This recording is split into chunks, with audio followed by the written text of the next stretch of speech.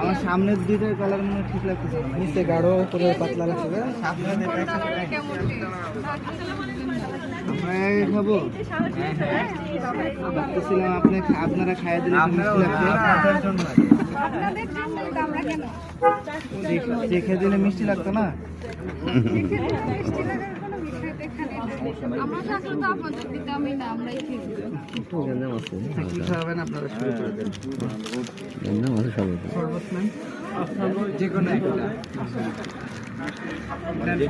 Colourful বাদ দিয়ে কালারগুলো তো রিক্স নেই।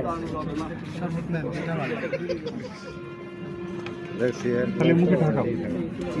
লবণ দেন তো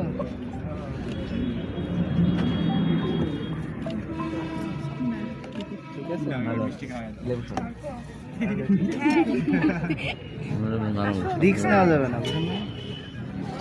শরবতের টেস্ট যেরকমই হোক খায় শেষ করে দিবে।